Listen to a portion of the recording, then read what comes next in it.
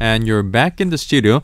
Now, actually, earlier in the week, we said that we would actually have special segments on the Yeosu Expo, and joining me right here in the studio is a foreign journalist invited by the Korean government to tour the Yeosu Expo, and this is Mr. KOO Jin Shen from the Brunei Times. Good morning, Mr. KOO. Good morning. Nice to be here. Thank you for joining us. I know you've been taken around a lot of the places here in Korea now, but before we get to that, can you briefly introduce yourself? Okay. My name is KOO Jin Shen. You can call me Jin. I am a journalist from the country of Brunei Darussalam, which also means the adobe of peace. I've been working as a journalist for a year, a little bit over a year and a half now. Okay. And I am very excited to be here. Now, let's talk about that, actually. You are here in Korea, and why? What was the reason for your business trip here at this time? This is actually my first time in Korea. And I have been invited by the KOSIS, the Korean... I can't remember what it stands for. But I've been invited by KOSIS to do a coverage on the Yeosu Expo.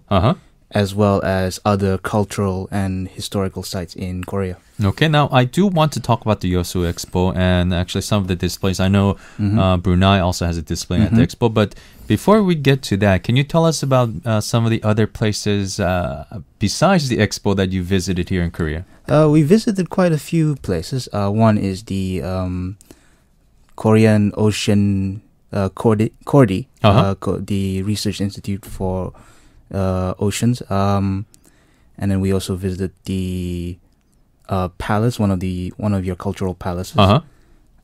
We visited the Ensol Tower, and quite a number of other places, especially in Yeosu itself. Other than the expo site, we visited around the some of the islands around Yeosu. Okay, I know Brunei, it has a lot of oceans in Brunei, or the beach, so... it is a coastal city. Yeah, so maybe, did it remind you of Brunei, or is it like different? It is different. It is different in the sense that Brunei is a tropical region. So the forests are more dense. Okay. And we have mangrove swamps. And the beaches are also a little bit warmer. Okay. Now, let's talk about the expo itself. Now, you were there, and just a brief general overview of what you felt about the expo.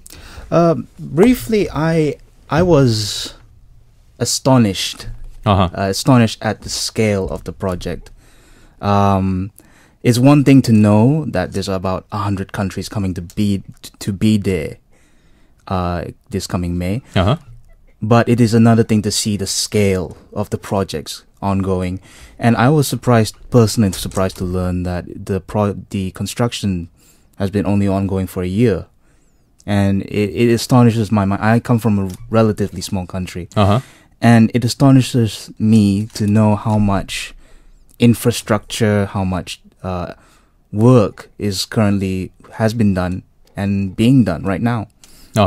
That's quite interesting, and I think expos of these kinds, the infrastructure, as you mentioned, the planning and organization that goes in, it's very fast. Now, as we mentioned before, Brunei is a participant in the Yeosu Expo. That's right. Now, did you get to see the Brunei exhibition? I got to see it in process. When I visited, it was about 2 weeks from completion, so all there's construction workers going there, and I met with the designer, and he told me that Brunei will be bringing live plants and live fish from our country to be displayed at the expo. So I'm personally very proud, very excited. Wow, that's quite interesting. I mean, getting exotic plants and wildlife and fish life from Brunei into Yeosu Expo. I think that's quite actually exciting. Now, I do want to talk a little bit more about the Brunei exhibition at the Yeosu Expo, but we're going to take a little bit of break. Sure. Thank you.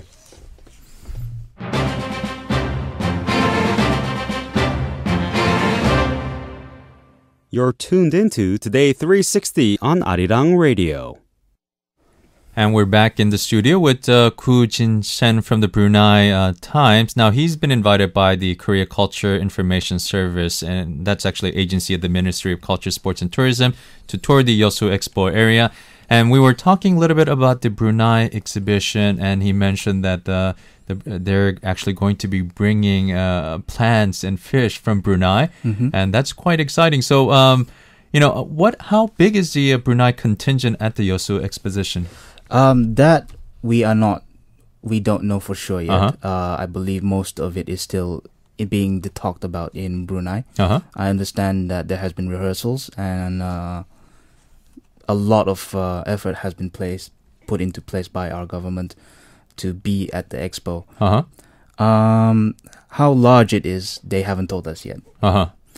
And I guess, it's a little bit we still have a little bit more weeks before the actual formal opening of the exposition. So I'm sure the preparations for that is very ongoing and very, we're preparing. Will you have a chance to visit the Yeosu Expo again? Given if I have the opportunity, I would love to. But given my work as a journalist, I could get sent anywhere. You could get sent anywhere, that's right. Now, you've already taken a peek at the expo, and besides Brunei exhibition and those listeners here, if you're down there, you have to visit Brunei and check out their plant life and fish life from Brunei. But what about other exhibitions that you think that the listeners might enjoy? There's a number of other than the international expo, international pavilion, where all the countries have their own displays. The Yeosu Expo also has a number of other features, such as the Big O, which is a very large O. That's I was talking to the deputy spokesperson 2 days ago, and she said you have to go check out the Big O, I guess. And it's just a Big O. It's a Big O, and the O stands for ocean. And it is apparently a laser fire and water display. Oh wow! So if I had the chance to go, I would want to go see at least one of the shows. Of the Big O. Okay. I think that's the landmark of the expo. And then you have Korea has its own pavilion, which is I've been told, a carbon zero building. Wow, okay. And then apparently there'll be a lot of displays by the host nation, which I personally would like to see. And of course, I think Koreans would always love to know more about themselves. Yeah, and I'm quite intrigued about the zero carbon emission because, of course, Korea has been in the they've been emphasizing green growth and low carbon, so they're actually implementing it in the Yeosu Expo. So I would definitely love to see that. And as you mentioned, we have to check out the Big O and its laser displays there. Now, one other thing that I do want to talk about, you are with a group of journalists. Obviously, yes, that's right. You've been invited here by the Korean government to tour the expo. You've given us the general consensus of your view of the expo. Now, what about the journalists themselves? What do they think? Or the others, we briefly talked about the expo. It's still under construction, and I think the general consensus is that we're all excited, and we're all very proud to have our countries on, ready to showcase us. It's not only for Korea, but it's also for the that's right. Brunei and other country representatives that are there. So it's quite exciting for everyone. Now, in Brunei, it's not as you mentioned, it's not a very large country. There's not a lot of population. But how much do they know about South Korea, and how much do they know about the Yeosu Expo? The Yeosu Expo is slowly being publicized in Brunei. You'll be writing about the Yeosu Expo when you get back there. I believe the tour packages have started. As for how much Bruneians know about South Korea, we receive your drama. K-pop is very popular in Brunei. The drama is very popular. My brother actually watches it.